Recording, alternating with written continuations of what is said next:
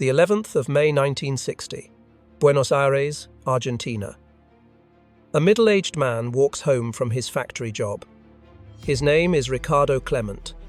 He lives quietly in a modest house with his family. Neighbors think he's a German immigrant trying to build a new life, but Ricardo Klement doesn't exist. The man is Adolf Eichmann, architect of the Holocaust, responsible for organizing the murder of 6 million Jews.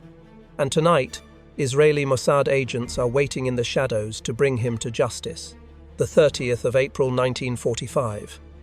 Adolf Hitler commits suicide in his Berlin bunker. The Third Reich collapses. Allied forces sweep across Germany, arresting Nazi officials and liberating concentration camps. But some Nazis don't wait to be captured. In the final months of the war, high-ranking SS officers, intelligence operatives, and party officials executed secret escape plans.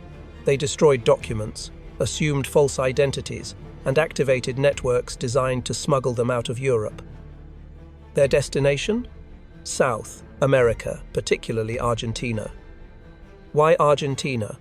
President Juan Perón, who took power in 1946, openly welcomed Nazi fugitives. Perón admired European fascism and saw German expertise, scientists, engineers, military officers as valuable to Argentina's modernization. But there was another reason: money. Nazi fugitives weren't penniless refugees. They had access to looted wealth, gold, currency, artwork stolen from Jewish families, national treasuries, and occupied territories. And Perón wanted a cut. According to declassified documents, Nazi war criminals paid an estimated $200 million in bribes to Argentine officials to secure safe passage and new identities. The operation was coordinated through secret networks known as the Ratlines escape routes run by sympathetic clergy, fascist organizations, and former intelligence agents. Adolf Eichmann, one of the most wanted men in the world, used these networks to disappear, and for 15 years, he lived freely in Argentina, hidden in plain sight. But Eichmann wasn't alone. Thousands of Nazis fled to Argentina, and they brought their fortunes with them.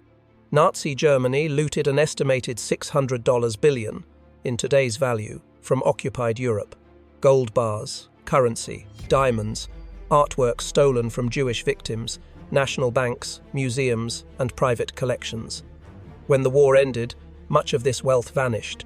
Some was recovered by Allied forces in salt mines and bunkers. Some was hidden in Swiss bank accounts, but a significant portion was smuggled to South America, especially Argentina. How? In the final days of the war, German U-boats made secret voyages to the South American coast.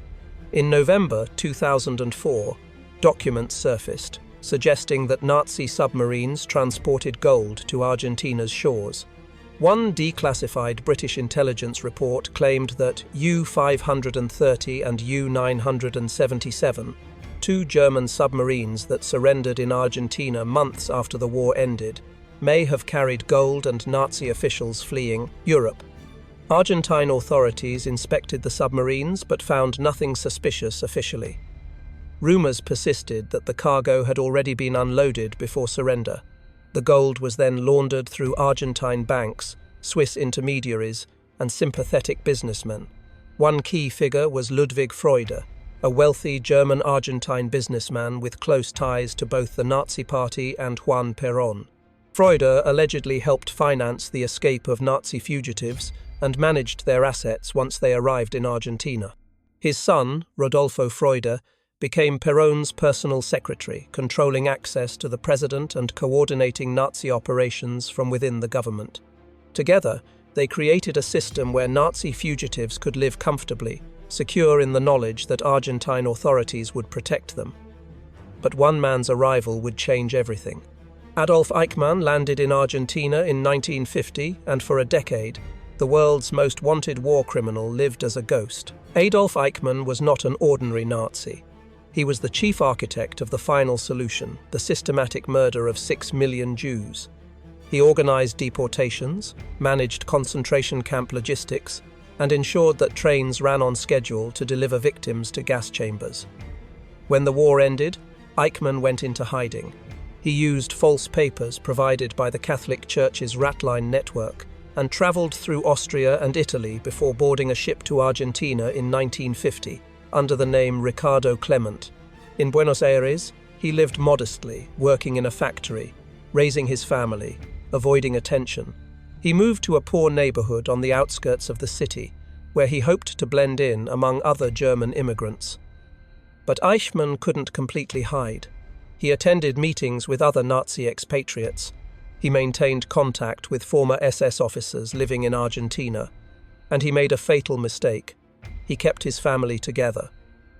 His wife and children joined him in Argentina, and his son, Klaus Eichmann, began dating a local girl whose father was a German Jewish Holocaust survivor.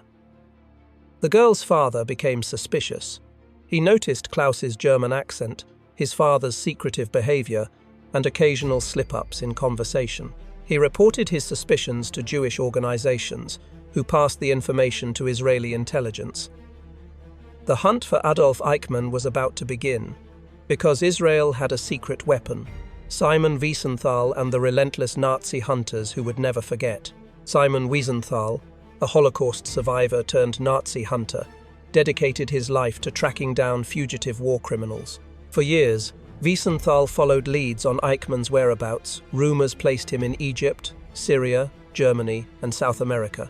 In 1959, Wiesenthal received credible intelligence that Eichmann was living in Argentina under an alias. He passed the information to Israeli intelligence Mossad. Israeli Prime Minister David Ben-Gurion authorized a top-secret operation, Operation Finale, the mission to capture Adolf Eichmann and bring him to Israel to stand trial. Mossad assembled a team of elite agents. They traveled to Buenos Aires, established surveillance on Eichmann's home, confirmed his identity, and planned the abduction. On the 11th of May, 1960, Mossad agents ambushed Eichmann as he walked home from work. They overpowered him, sedated him, and smuggled him onto an El Al flight disguised as a drunk airline crew member. Within days, Eichmann was in Israel facing trial for crimes against humanity. The capture shocked the world. Argentina protested the violation of its sovereignty, but Israel refused to apologize. Eichmann's trial in 1961 became a landmark moment in Holocaust history. Survivors testified, evidence was presented, and the world watched as the architect of genocide tried to justify his actions. Eichmann's defense? I was just following orders. He was found guilty and hanged in 1962, the only person ever executed by the State of Israel. But Eichmann wasn't the only Nazi hiding in Argentina. Hundreds of others lived freely, and some were never caught. Josef Mengele, the angel of death of Auschwitz, who conducted horrific medical experiments on prisoners, fled to Argentina in 1949. He lived under the protection of wealthy German expatriates and later moved to Paraguay and Brazil. Despite international manhunts, Mengele was never captured. He died in Brazil in 1979, drowning while swimming. Erich Priebke, an SS captain responsible for the massacre of 335 Italian civilians, lived openly in Argentina for decades, running a delicatessen in the resort town of Bariloche. He was finally extradited to Italy in 1995 and convicted, but lived under house arrest until his death in 2013. Ante Pavelic, the fascist dictator of Croatia who oversaw the murder of hundreds of thousands of Serbs, Jews, and Roma, escaped to Argentina with Vatican assistance and lived under Perón's protection.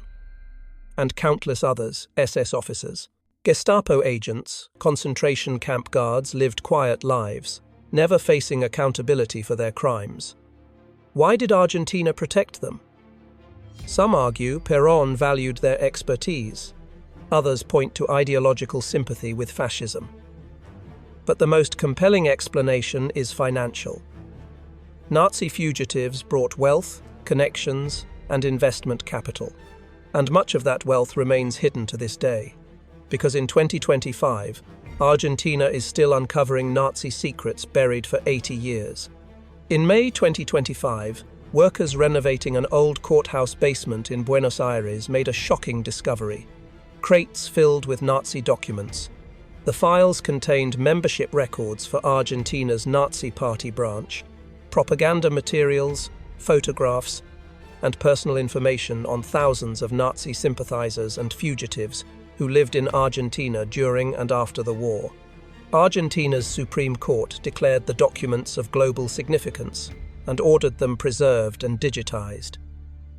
Historians believe the archive could reveal the names of Nazi war criminals who were never identified, expose networks that helped them escape, and uncover hidden wealth that was never recovered. The discovery reignited debates about Argentina's role in sheltering Nazis and whether the government was complicit in helping war criminals evade justice. Modern Argentina has taken steps to confront this dark chapter. Museums document Nazi activity, scholars research the Ratlines, and legal proceedings continue against surviving perpetrators. But questions remain. How much Nazi gold was smuggled into Argentina? Where is it now? How many fugitives were never caught? Did the Argentine government profit from Nazi crimes? And the biggest question, what other secrets are still buried? The story of Argentina's Nazi network is more than history. It's a reminder of the long reach of justice and the importance of accountability. Adolf Eichmann's capture proved that even the most powerful criminals cannot hide forever. Simon Wiesenthal's work inspired generations of investigators to pursue truth, no matter how long it takes. But the story also reveals uncomfortable truths about complicity, greed, and the willingness of nations to shelter monsters for profit. Argentina wasn't the only country that welcomed Nazis. Spain, Paraguay, Syria, and Egypt also provided refuge. The Vatican facilitated escapes. Swiss banks hid looted wealth, and in many cases, the perpetrators lived comfortable lives while their victims and survivors struggled for justice. Today, fewer than 100 known Nazi war criminals remain alive, all in their 90 seconds. Time is running out for accountability, but organizations like the Simon Wiesenthal Center continue tracking fugitives, advocating for restitution, and ensuring that history remembers. Because forgetting is the final victory of evil. Somewhere in Argentina, hidden in bank vaults, buried in estates, or locked in forgotten archives, Nazi gold still waits to be discovered. Documents hint at secret accounts, rumors speak of hidden bunkers, and every few years, new evidence surfaces. Adolf Eichmann faced justice, but hundreds of others did not. Their wealth, stolen from 6 million murdered Jews, may never be returned. Their crimes documented but unpunished remain scars on history. And the question lingers, how many secrets are still buried in South America? What would you do if you discovered Nazi gold? Would you return it, keep it, report it? And if you could rewrite history, would justice have come sooner? Do you believe Argentina knowingly sheltered Nazi war criminals? Should the government be held accountable? And what should happen to any Nazi wealth that's still hidden? Share your thoughts in the comments. If you believe justice matters, no matter how long it takes, hit that like button. Subscribe for more untold World War II stories, hidden fortunes, and the secrets that powerful nations tried to bury. And share this video with anyone who believes history's darkest chapters must never be forgotten. Because the fight for justice isn't over. The truth is still being uncovered, and some stories